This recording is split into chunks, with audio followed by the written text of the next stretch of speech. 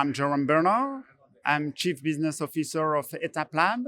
ETAP-Labs is a French preclinical CRO delivering in vitro and in vivo efficacy models to support our clients to de-risk their compounds and molecules.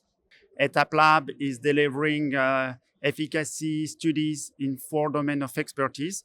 One in neurology for neurodegenerative disease and stroke. The other one is dermatology, immunodermatology, and skin graft and wound healing. The third one is for gastroenterology, inflammatory disease of the gut.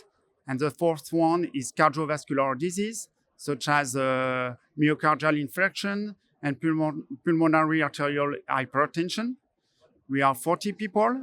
We are delivering our studies worldwide for more than 250 companies, and we have delivered more than 1,000 studies yet. Bio is very important for us, bio-US mainly, because we have no implantation in North America. So this is an opportunity for us to meet first new customers, new clients, and to present us our innovation, because as CRO, we have to be at the forefront of innovation to help our client to de-risk their molecules and program.